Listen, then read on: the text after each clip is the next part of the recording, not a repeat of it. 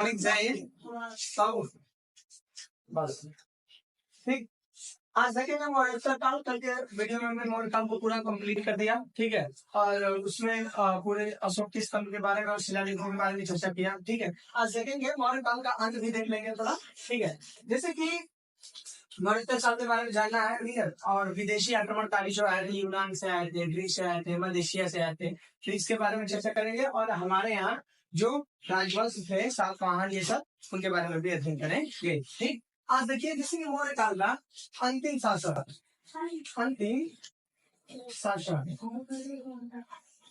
देखिए अशोक के बाद तो कुणाल आया। ठीक है, उसके बाद भी शासक आए, लेकिन उस सब कुछ जाना था, विशेष तौर पर पढ़ाया गया था। ठीक है, और यहाँ पे देखें तो अंतिम शासक वृहद था, जिसको उसके सेनापति पुष्यमित्र शुंग ने इसकी हत्या कर अपने शुंग वंश की स्थापना किया। शुंग वंश का स्थापना किया। ठीक, तो यहाँ पर लोग देख रहे शुंग वंश, पुष्यमित्र शुंग जो है जो उसका संस्थापक है। ठीक है, मौर्य काल लगभग 200 ईसा पूर्व से लेकर 300 ईस्वी तक चला। ईसा पूर्व से लेकर 300 ईस्वी, मतलब कि 2 इधर 3 इधर, मतलब 500 साल तक मौर्य सरकार को माना जाता है। इसके बाद गुप्त काल आता है। ठीक है, जो भारत की स्वर्ण युग के काल में भी जाना जाता है। ठीक, तो हम इसे 2 पार्ट में देखेंगे। जैसे स्थानीय वंश, जैसे कि जो मूल भारत के राजवंश थे, भारत में जो राजवंश मूल रूप से उभरे थे या मूल निवासी थे, उनके वो शुंग वंश, वंश और सातवाहन वंश। ठीक है, और विदेशी जो आक्रमणकारी आए थे, जैसे इंडो ग्रीक, ये आए थे लगभग हमारे हिंदू कुश पर्वत से। ठीक है, अफगानिस्तान में मान लो ईरान, इराक, उज्बेकिस्तान के लगभग ये वाले क्षेत्र से आते हैं। संत वंश आए थे, पहल वंश आए थे, कुषाण वंश आए थे। ठीक है, तो इसके बारे में धीरे धीरे हम अध्ययन करना स्टार्ट करेंगे। ठीक है, चलिए आइए देखिए। जैसे शुंग वंश, कुछ में तो शुंग ने बृहद को मारकर अपना गद्दी का द्रोण रखा। ठीक है, फिर ब्राह्मण धर्म की स्थापना किया। ठीक है, और बौद्ध धर्म के 84 स्तूपों को और धार्मिक स्थानों को पढ़वाया, और उसे बौद्ध धर्म को हिंदू धर्म में धीरे धीरे परिवर्तित कराया।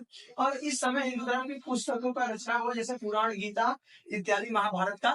ठीक है, और लेकिन प्रमाण जैसे कि उसके पहले हमारे यहाँ कागज नहीं हुआ करते थे, इसीलिए जो ताड़पत्र भोजपत्र पे लिखा गया था, उसे हम कागज या कागज पे लिखना स्टार्ट कर दिए थे। ठीक है, फिर 185 से लेकर 2500 ईसा पूर्व तक ये शासन चला, और ये लगभग भारत देश, मध्य छत्तीसगढ़, बिहार, झारखंड और मध्य प्रदेश के उड़ीसा के क्षेत्र में था। ठीक है, जरा डीप में नहीं जाएंगे, ऊपर ही देखेंगे, क्योंकि इसमें ज्यादा एग्जाम में नहीं क्वेश्चन आते। ठीक है, ज्यादातर मौर्य काल और अशोक के रिलेट से आते हैं। ठीक, कर्ण वंश वासुदेव ने इसका स्थापना किया 73 ईसा पूर्व से लेकर 28 ईसा पूर्व, लगभग 24 साल चला। और यह अंतिम शासक इसका सुशलम था, और यह उड़ीसा के लगभग क्षेत्र में स्थापित था। आगे अगेन शातवाहन वंश, जो शीशे का सिक्का चलाया था। किसका? शीशे का सिक्का। और देखें ये बड़ा सा रहेगा। ठीक है, तो 230 ईसा पूर्व से लेकर 220 ईस्वी तक। ठीक है, ईसा पूर्व मतलब देखो 230 है ना, तो ये उल्टे आएगा, तो 0 पे खत्म होगा, फिर 0 से स्टार्ट होगा, 220 कर जाएगा ऐसे। ठीक है, तो इसका सीमुक ने इस वंश का स्थापना किया, और पाड़ा उसकी राजधानी थी। ठीक है, और बौद्ध धर्म में यह ज्यादा विश्वास रखते थे और मानते थे। यह लगभग महाराष्ट्र, गुजरात, राजस्थान और कर्नाटक के क्षेत्र में पाया जाता है। ठीक है, आगे देखिए। जैसे कि इंडो ग्रीक, ये है हमारे अब जो भारत के मूल निवासी थे, उनके बारे में चर्चा हुआ था। अब ये हम कर रहे हैं विदेशी आक्रमणकारी। ठीक है, तो जैसे इंडो ग्रीक यानी यूनानी के बारे में चर्चा हो रहा है।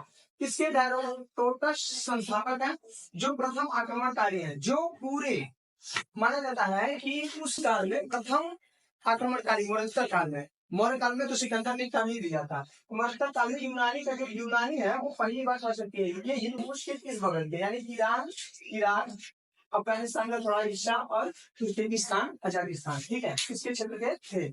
और यह मेलिटस वंश के और यूप्रेटस वंश के, ठीक है, दो वंश वहां से आए थे, ठीक है, दो राजा, जो एक मिलिंद बना हो, जो मिलिंदा राजा के बारे में चर्चा होता है, जो बौद्ध धर्म में बहुत योग्यता अपना निभाए थे, जो विदेशी थे।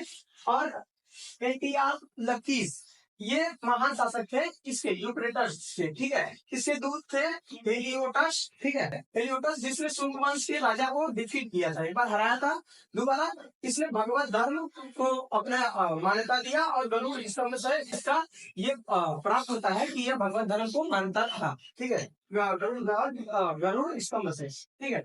और देखिए यूनानी सभ्यता कैसे था, ज्योतिषी शास्त्र सिक्के बनाना, जिसपे इस बार राजा हुआ करते थे, एक पहलू पे, दूसरे पहलू पे देवता। और इसमें ज्योतिषी शास्त्र लगभग और नक्षत्र जितने भी हैं हम लोग वो सीखे, ठीक है। फिर उसके बाद हमने यूनानियों को क्या सीखा है, जैसे कि वो हमने बौद्ध धर्म सिखाया, जैन धर्म सिखाया, भगवत धर्म दिखाया, जैसे कि अभी दिखा रहे थे, ठीक है। जैसे यहाँ पे देख सकते हैं आप कि यह बौद्ध धर्म अपना लिया, यह भगवत धर्म अपना लिया, तो ये हमने उसे सिखाया, हम लोग यूनानी को सिखाए। फिर शक वंश है, जो मध्य एशिया से आए थे, कहाँ से आए थे, मध्य एशिया से, ठीक है। और इसकी गांधार राजधानी थी, ठीक है, और मथुरा राजधानी थी, तक्षशिला, उज्जैन और नासिक, ये लगभग 5 जो राज्य थे वहां पे ये सब राज करते थे, ठीक है। और यह 57 में, लगभग 57 ईसा पूर्व, ठीक है, नहीं सॉरी, हाँ ईसा पूर्व विक्रम संवत कैलेंडर इस लेवल के मतलब बनाए उन्होंने। और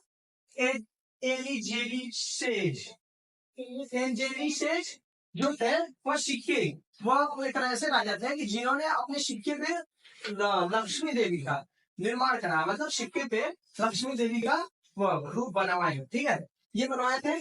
और रुद्रदामन जूनागढ़ अभिलेख से इसका संबंध मिलता है, जो जूनागढ़ अभिलेख राजा अशोक का था, इसका अशोक का, और इसने पूरा निर्माण कराया था। ये कहाँ है, गुजरात में, कहाँ है, गुजरात में, ये सुदर्शन झील के पास है।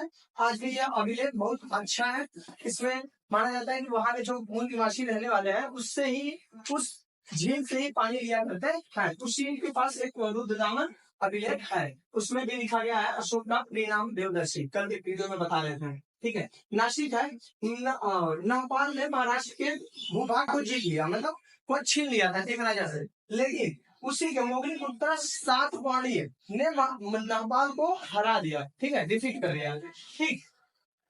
आगे देखें, ये पहाड़ वंश जो ईरान के थे, रहने वाले थे, देशस, ठीक है, जो अपने, इसमें कुछ नहीं पढ़ना है, बस हमारे धर्म में, हमारे मतलब भारत देश में जो ईसाई आए, कौन ईसाई धर्म आया, वही स्थापना किया, जो सेंट थॉमस का, पहली बार सेंट थॉमस ने हमें लाया। और ये अंतिम पुरुषार्थ जो हमें बहुत मुख्य रूप से पढ़ना पड़ेगा, ठीक है, ये बहुत इंपॉर्टेंट है, ठीक, बहुत इंपॉर्टेंट है, इसे लिख लीजिएगा।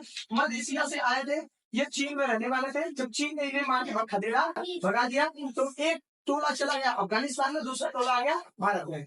जब भारत में आया तो इसने सर्वधर्म बनाया, ठीक, उसके दो संस्थापक थे, फिर उसने सिक्के पर शिव के त्रिशूल, नंदी और शिव जी के, फिर उसके दूसरे पहलू पे लिखवाते थे महेश्वरम, महेश्वरम मतलब मैं महेश, मतलब शिव जी का भक्त हूँ, ठीक। फिर उसके बाद कनिष्क, इसी वंश का एक शासक था जो कनिष्क था, उसने बौद्ध की चौथी शक्ति कराया, ठीक है, कुंडलग्राम में। उसने महायान हिमयान बौद्ध धर्म को 2 पार्ट में डिवाइड कर दिया और अपने महायान में चला गया, ठीक है। फिर मथुरा शैली और गांधार शैली, ये दोनों मूर्ति कला में आते हैं, मथुरा शैली और गांधार शैली, ये दोनों शैलियों का निर्माण करा। और सब 78 ईस्वी में, 78 ईस्वी में इसे शक संवत मतलब कैलेंडर का स्थापना किया। धन्यवाद।